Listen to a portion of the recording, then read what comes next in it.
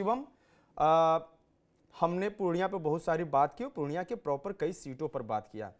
अब मुझे अजीत शर्मा की सीट के बारे में बताइए, आप चूंकि वहां पे मौजूद हैं और उसके साथ ही साथ उन सीटों पर जहां पे लड़ाई ठीक ठाक चल रही है, और क्या कोई ऐसी सीट है जहां जनसुराज को लगता है कि जनसुराज कोई फैक्टर है, एक्स फैक्टर है, उसके बारे में भी जरा बताइए। भागलपुर की स्थिति क्या है?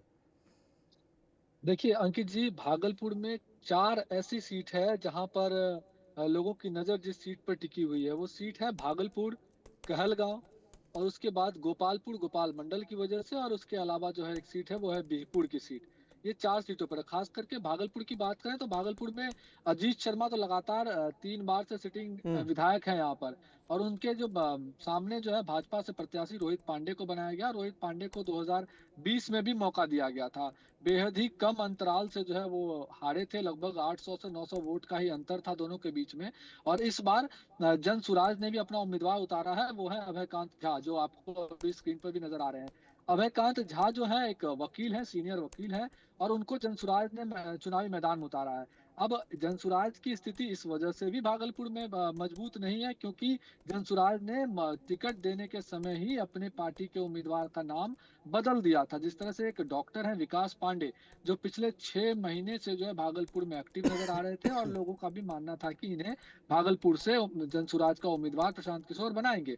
लेकिन जब चुनाव का समय नजदीक आया, उम्मीदवारों के नाम की घोषणा होनी थी, और उस समय जो अभयकांत झा का नाम सामने आया, ऐसे कार्यकर्ताओं के अंदर भी जो है काफी आक्रोश देखने को मिला। भागलपुर में कई जगहों पर जो है कार्यकर्ताओं ने पोस्टर्स जलाए, जनसुराज के पोस्टर जलाए। जनसुराज के कार्यकर्ताओं ने ही, मैं गोपालपुर की, बीपुर की और नवगछिया साइड की बात कर रहा हूँ, गंगा के उस पार के सीटों की बात कर रहा हूँ, वहां पर ऐसी घटनाएं हुई थी और वो खबर भी काफी मीडिया में फैली थी।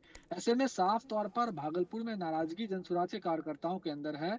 और हाँ। अभयकांत झा को जो है टिकट देने का कारण ये था कि भागलपुर हॉट सीट है, और भागलपुर में 1989 में कम्युनल राइट्स हुआ था, और हम्म। कम्युनल राइट्स में लगभग 1000 से अधिक लोगों ने अपनी जान गंवाई कहाँ थी। के हैं? और उस वक्त जो है अभयकांत झा ने भागलपुर के तमाम हम्म। वैसे पीड़ितों का, जो दंगा के पीड़ित थे, जिनमें से कि 90 से अधिक प्रतिशत जो है मुस्लिम समुदाय के पीड़ित पक्ष थे, उनका हम्म। केस जो है मुफ्त में अभयकांत झा ने लड़ा था। ऐसे में हम्म। कहीं ना कहीं एक इशारा जरूर प्रशांत किशोर ये करना चाह रहे हैं कि हम अगर भागलपुर सीट को जीतना है, हम्म। मुस्लिम मतदाताओं का रोल जो है वो काफी अहम हो जाता है। और हम्म। अभयकांत झा को अगर हम चुनावी मैदान में उतारते हैं तो हम हम्म। दो निशाने जो है, एक तीर से दो निशाने कर सकते हैं, और वो है कि हम भागलपुर के ब्राह्मण समाज के लोगों का वोट, क्योंकि अभयकांत हम्म। झा ब्राह्मण समाज से आते हैं, तो ब्राह्मण ठीक। समाज का वोट हमें मिल जाएगा। और साथ ही साथ जो अजीत शर्मा सिटिंग विधायक हैं, उनके हम्म। वोट को काटने का भी काम जो है वो कर सकते हैं, क्योंकि मुस्लिम समुदाय का अधिकतर जो है वोट परसेंटेज जो है अजीत शर्मा की ओर रुख करता हुआ नजर आता है, जिस वजह से अजीत शर्मा लगातार 3 बार हम्म। भागलपुर में जीत हासिल कर गए हैं।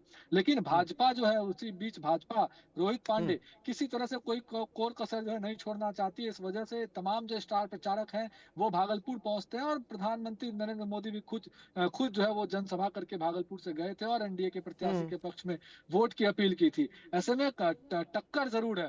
भागलपुर में देखा जाए तो बहुत टक्कर है। खैर जनसुराज का फैक्टर कोई खास नजर नहीं आ रहा है।